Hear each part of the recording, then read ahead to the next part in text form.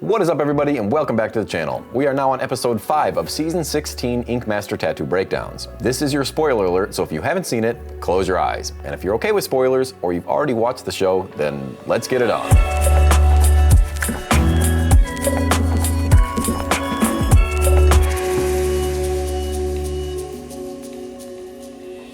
Once again, welcome back. Before we get started, I've got merch.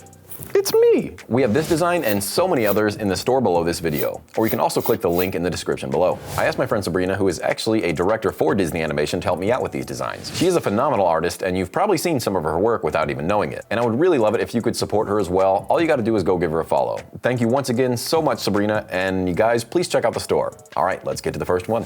All right, now before we get too far into this, I do want to preface that this week's challenge was Japanese samurai tattoos. And I think all of us were a little uncertain if we could pull this off. Well, most of us. Especially me. Up first, we've got Anthony, and Anthony was tasked with making a black and gray samurai wearing an Oni mask. At first glance, I like this tattoo. I think it reads well from afar. It's got really good contrast and flows well on the client's pec. But when we zoom in, we see a lot of technical problems. And what I think Anthony lacks in technical, he really makes up for with creative ability. There are some chewy areas, and like the judges said, when we really get into this thing, the lines become a little messy. Especially those lines that are running parallel on the bottom part of that helmet. Granted, I know time is an issue. It was my biggest enemy after all. But we're getting down to the nitty-gritty, and there are only a few of us left, so you really got to tighten these things up. If you want to make it to the finale, even the smallest lines have to be spot on. When we go up to this little beaded area right above that part, none of these circles are really perfect. He probably could have got away from doing those beads altogether and just added some kind of metallic texture, and it probably would have saved him some time as well. I do really like those finger waves on the helmet. I think that was a really nice touch, and it helps convey that Japanese style. The two glowing eyes don't really read as eyes to me, especially where that nose comes up and meets the leftmost one. It just seems a bit off. One thing I do really like is the rope. It's nice and soft, and it actually looks like it's hugging his chin. Now, the ring that's holding onto the rope is a different story.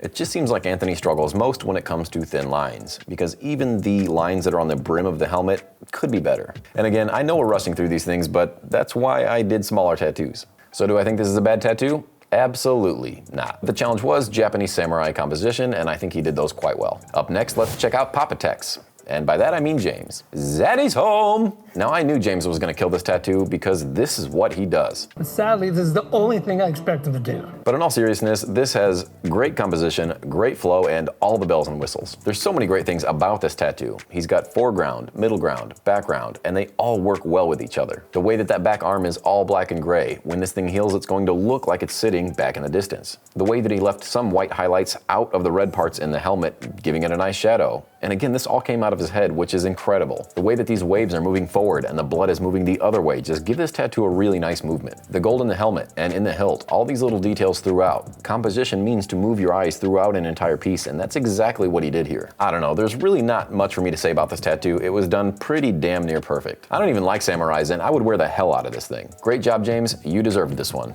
Up next, we've got Joseph with this Christmas samurai. I'm just kidding. Kind of. All right, so overall, this tattoo really isn't bad, but my first question is, why is this samurai wearing a bell when samurai are supposed to be sneaky? All of his enemies are gonna hear him coming a mile away. And while we're on this bell, I have to say this is my least favorite part about the tattoo. I know they didn't show it for too long on TV, but in person, it was really rough. But when we zoom out, overall this tattoo does have a really nice appearance, but the challenge was composition, and I think the composition on this tattoo just really fell flat. The leaves and extra red rope really aren't doing anything. I mean, the samurai already does have a rope wrapped around his chin. I don't know why he needs another with a bell attached. And if he was going to add those green leaves or petals or whatever they are in there, I wished he added a few more kind of around the entire tattoo. I do see two little extra leaf petals in the background, but they just look like little raisins or fleas.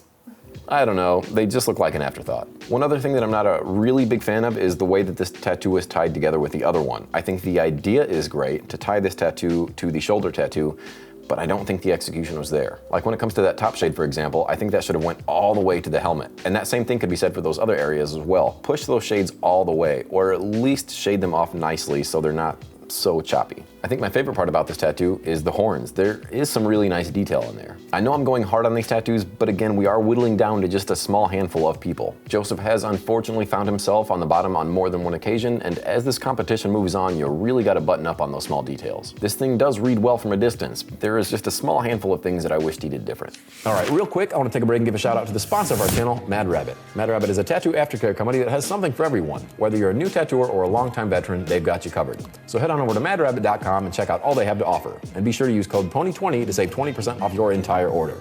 All right, let's get back to it.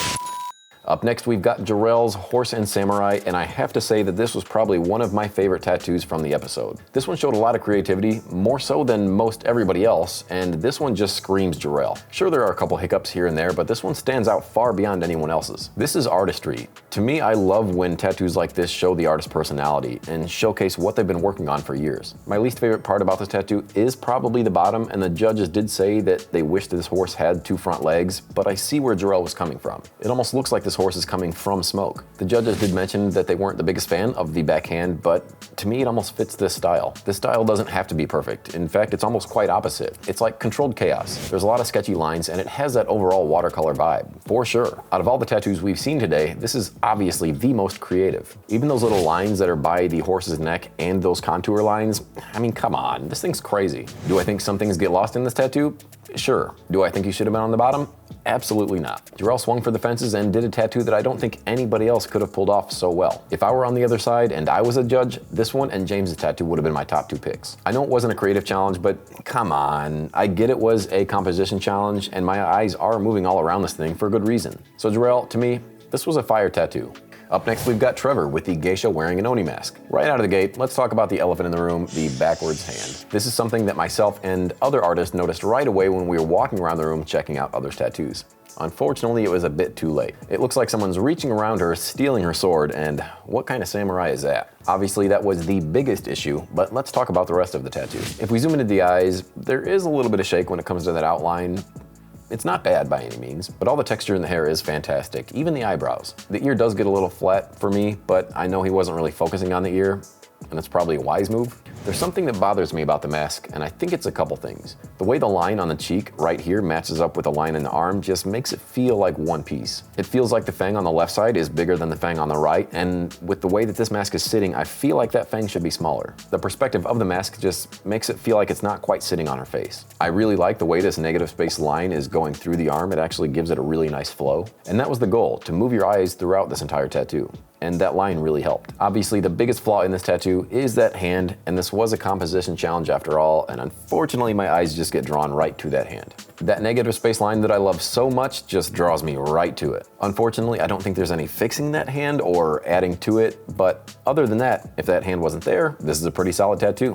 Up next, while we're here, let's talk about mine. I was tasked with doing a lady samurai with her face partially covered, and he actually wanted a few flowers in this tattoo as well, but I had to talk him out of it. Just the 3 flowers alone would have taken me far too much time, so I talked about adding them onto the other side sometime in the future. When it comes to composition, I generally think smaller tattoos are a lot harder to show composition, so I had to make this thing bigger. It took up his whole forearm. I used some Japanese maple leaves in the foreground and the background to give it some nice flow, and I threw in those negative space wind bars just to give it some nice shape. I have to say I was super nervous about this challenge. I mean, not only is Japanese my weakness, but I don't deal with a whole lot of composition generally. Put those two together, I'm fucked. Fortunately, I was able to make this work, but there was a shitload of detail, so this thing took me forever. I do wish I had another 2 or 3 hours in this thing, but that's just the way these things work. That being said, I wanted to pack in as much detail as I possibly could in that short amount of time. And you could probably see that on the show. When the judges came around to talk to me, I just wanted them to get the hell out. I didn't have time for chit chat. This hat was crazy. I initially wanted to pack a lot of white in there, but I backed out immediately because I didn't think I had the time.